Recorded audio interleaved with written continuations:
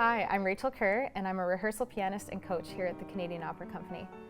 This winter I have the pleasure of working on a new opera called REINE-GARÇON, which is an opera we've co-commissioned with Opera de Montréal, and we're so excited to be bringing it to our Toronto audiences.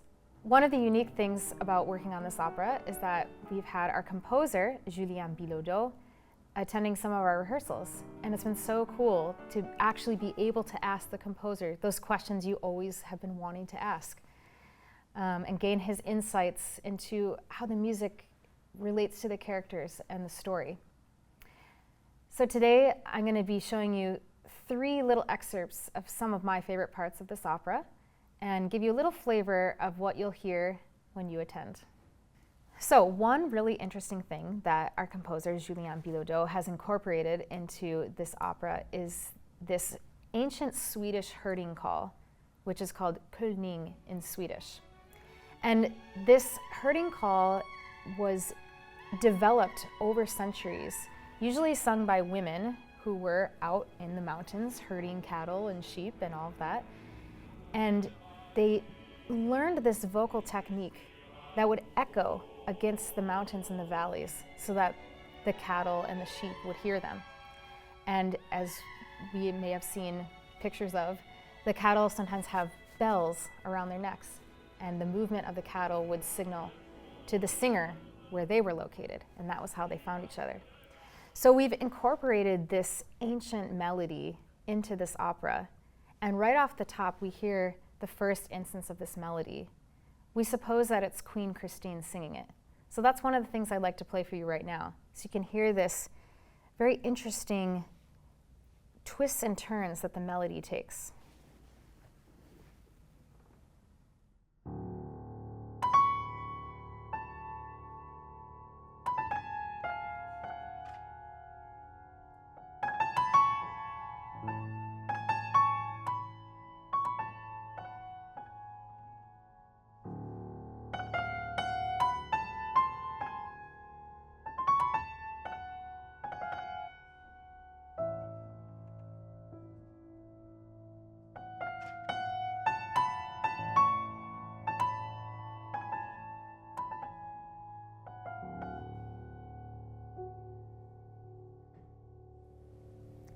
And as this melody fades away, we also hear it in the orchestra and we hear it in the chorus.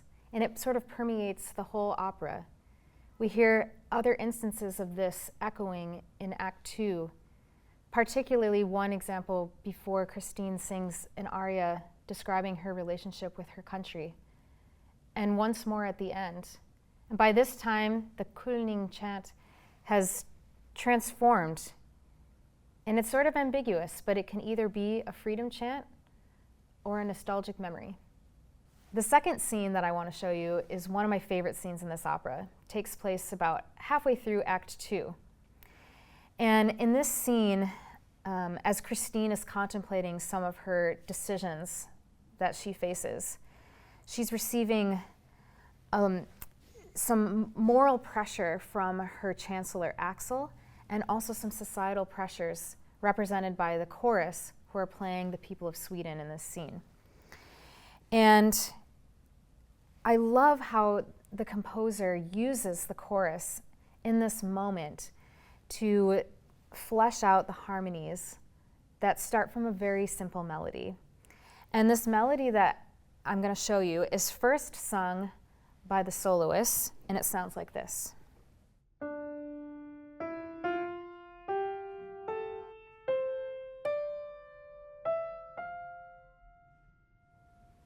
And just to give you a little idea of how it is fitting in with the orchestra's harmonies, it sounds like this.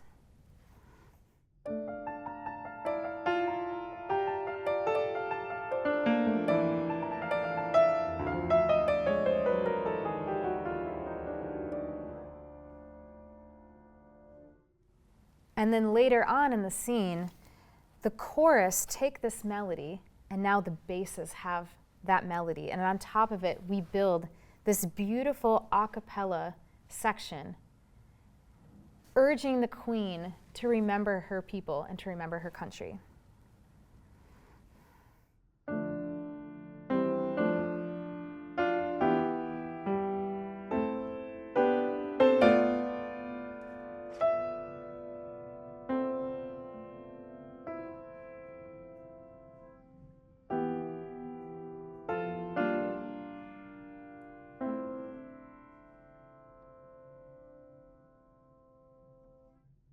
So one of the most interesting things about the source melody for this section is that it was actually discovered in a Quebec school and believed to have been composed hundreds of years ago.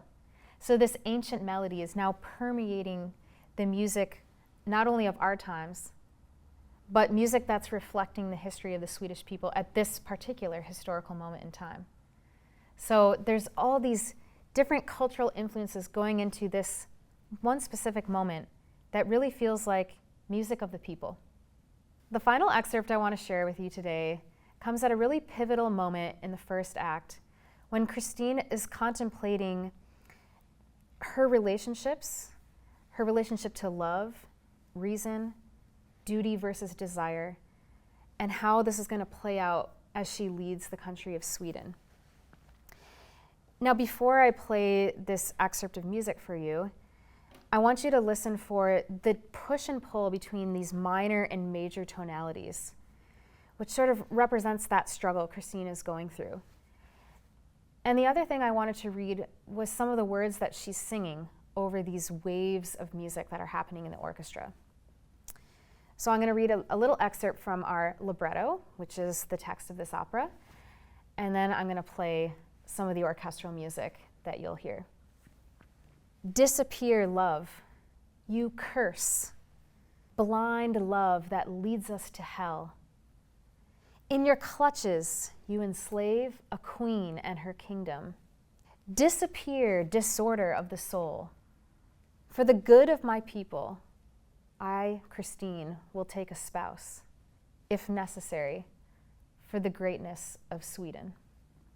It's been so much fun exploring the music of this opera with you. And it's always such a treat to be able to put on a brand new opera and to experience something for the first time with fellow opera goers. So without further ado, here's our final excerpt.